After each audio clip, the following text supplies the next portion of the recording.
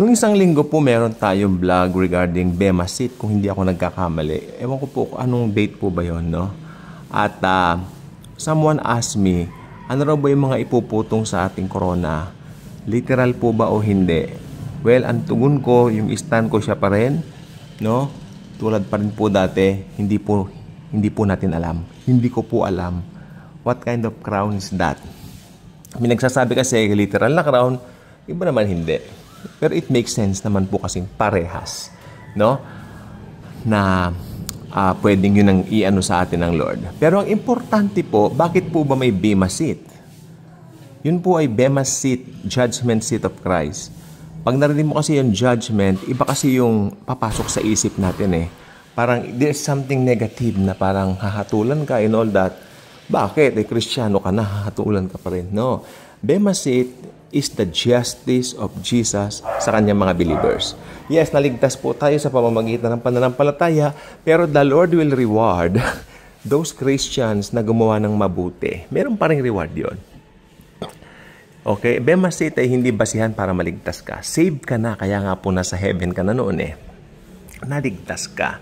Okay, let me cite you an example. Meron po kaming kasamahan dati sa lumang church namin, doon sa dating church na ina-attendan ko, na wala na ako ngayon doon. Siyempre, dati nga eh, di ba?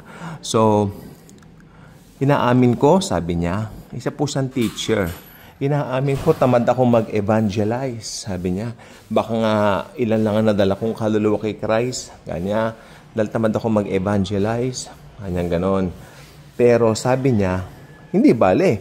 Maski tamad ako mag-evangelize, nasa heaven naman ako. Importante, nasa heaven ako. Yun nga lang, walang reward, sabi niya. Tama po yung sinabi po niya. Pero, kasi ganito po yan. Yung ibang Kristiyano, nagiging mali na yung pananaw, yung gumagawa ng mabuti para magkaroon ng reward sa Bema Seat. Hindi po ganon. Pag Kristiyano ka na, built-in na po yung tinatawag na kagandahang loob sa'yo, kabutihan o kabaitan sa'yo. Okay, nandyan po yung nawawala na yung pagmumura mo, all because of the grace of God na tinanggap mo. Napalitan na yung pagkatao mo, yung mga dating likong gawain mo, nagtataka ka, bakit hindi mo na, ayaw mo na. Di ba sabi nga ng Bible, may verse daw na, dati sumasama kayo sa kanila, pero ngayon hindi na kayo sumasama sa kanila, tinutiyan nila kayo. O yan, ayun po yun. May bago ka ng pagnanais, pagnanasa, may bago ka ng desire.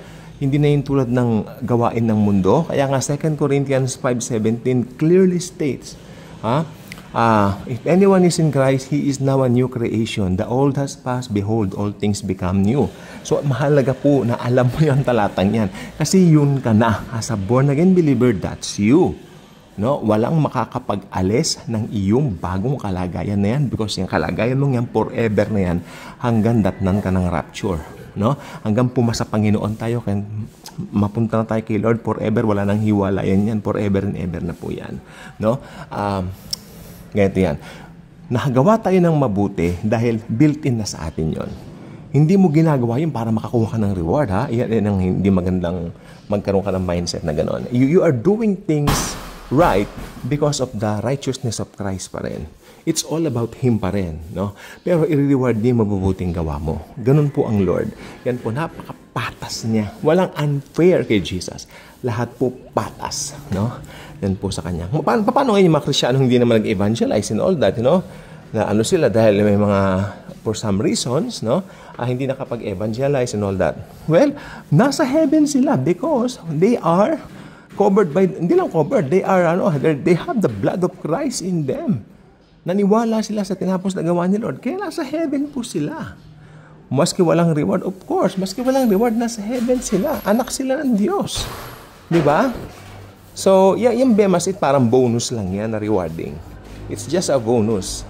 No? At sabi naman ng iba, diyan mo raw malalaman yung magiging position mo sa millennial rin. Pero, syempre, hindi pa nakita ng mata, ni narinig ng tenga ang, di ba, magiging kalagayan natin doon. So, to be safe, doon pa rin ang stand ko. Pero, masyasyak tayo talaga pag nandun tayo. But higit pa doon sa pwedeng tarugin ng isip mo, yung ibibigay ng Diyos sa atin, ang Diyos na si Jesus, siya na pong bahala sa atin doon. Kaya kung hindi pa kayo ka-good vibes, mag-subscribe na po kayo dito. Napakahalaga pong maging ka-good vibes na kayo. Dahil dito po sa Good Vibes, wala pong ibang tawag dito, walang sineshare, walang inililip, maliban kay Jesus na namatay sa cross upang bayaran ng kasalanan ng buong mundo. At ngayong nasa Kanya na tayo, we are now a new creation because of Him. God bless po.